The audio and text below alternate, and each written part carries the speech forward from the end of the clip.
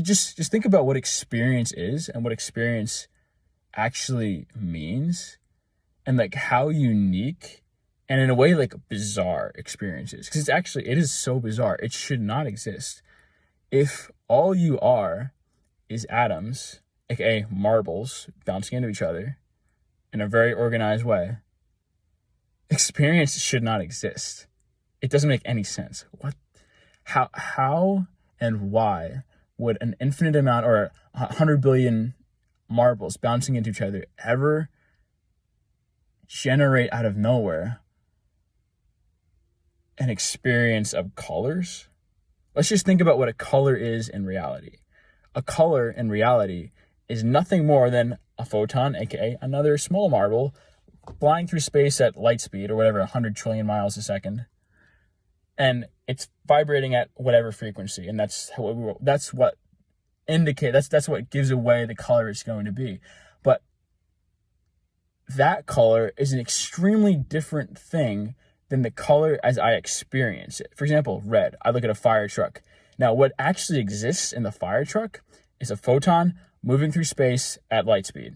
That's it. Vibrating at whatever the heck, 20 nanometer or whatever, 20 hertz of whatever the heck.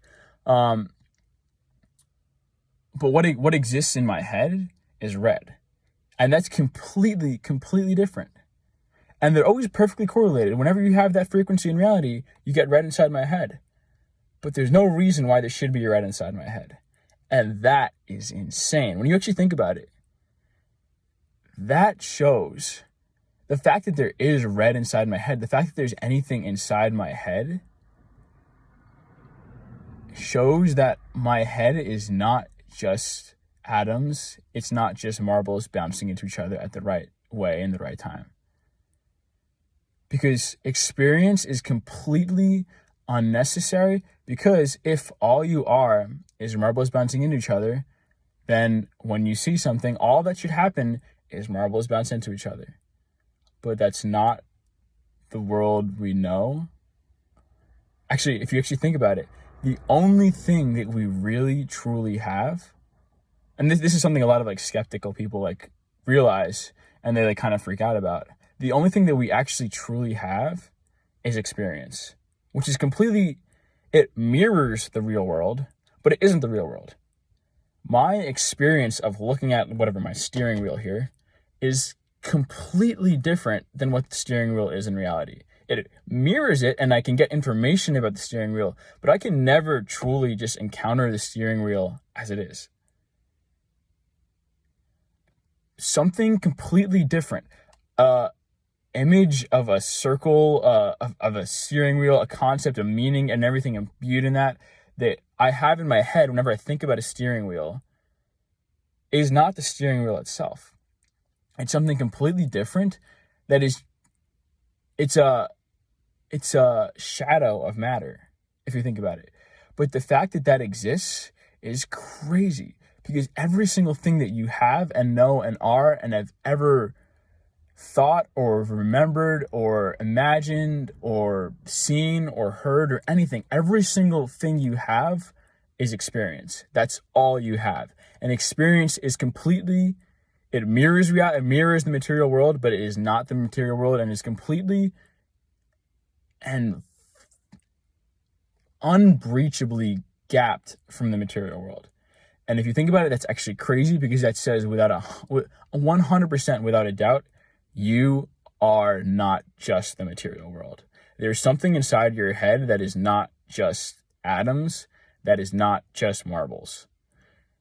And that's crazy, because what you've been told since age 6 years old or whatever in your school is that you are nothing more than 100 billion atoms that were lined up just perfectly in the right time, in the right place, to stick to each other in the perfect combination to make something that looks like that walks around and says, I'm hungry, go get food. I want to find a girlfriend, go get girlfriend.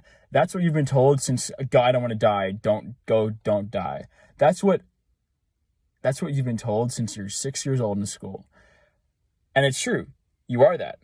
But you're more than that, because experience exists in you, and experience should not, and experience just should not exist. And the fact that it exists says that you are more than just matter, which implies a lot. So really, really, really think about this. I'm not articulating this perfectly. It's a little bit hard to articulate, but it's something that once you see it, you can't unsee it. You literally can't unsee it because it's undeniably just so intuitively true. Yeah. So I'll say, if you want to do any more research on this, this is an extremely fascinating topic, really, really freeing.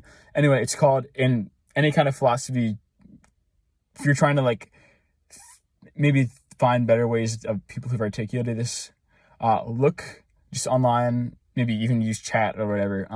Look for this thing called the hard problem of consciousness.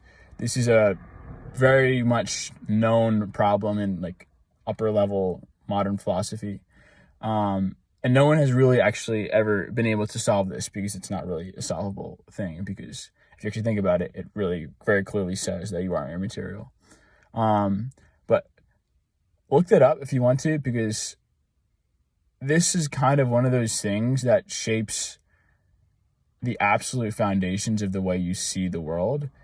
And it also very, very, very, very, very much changes your role in the world. If what I'm saying is true, then you are not just a clump of atoms floating through space randomly assigned by chance. So, yeah, go do that.